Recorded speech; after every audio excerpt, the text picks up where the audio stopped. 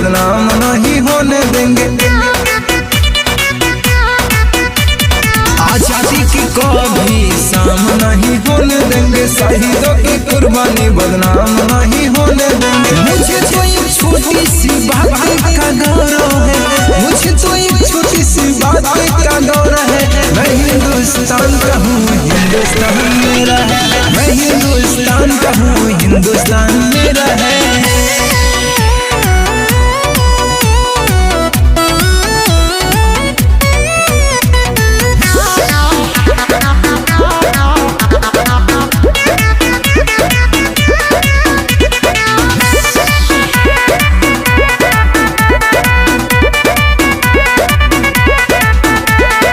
अधिकार कोई देता नहीं लिए जाते हैं, प्यार मांगने से पहले सम्मान दिए जाते हैं। अधिकार कोई देता नहीं लिए जाते हैं, प्यार मांगने से पहले सम्मान दिए जाते हैं। यही होता समय और सवेरा है, यही होता समय और सवेरा है। मैं हिंदुस्तान का हूँ, हिंदुस्तान मेरा है। मैं हिंदुस्तान का हूँ, हिंदुस्तान मेरा है।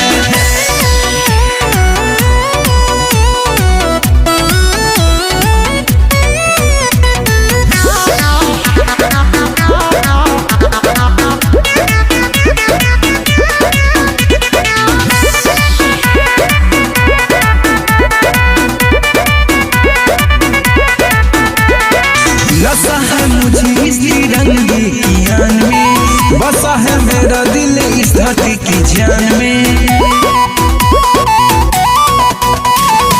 नशा है मुझे इस तिरंगे की आन में, बसा है मेरा दिल इस धरती की जान में। शक हो कोई मन में तो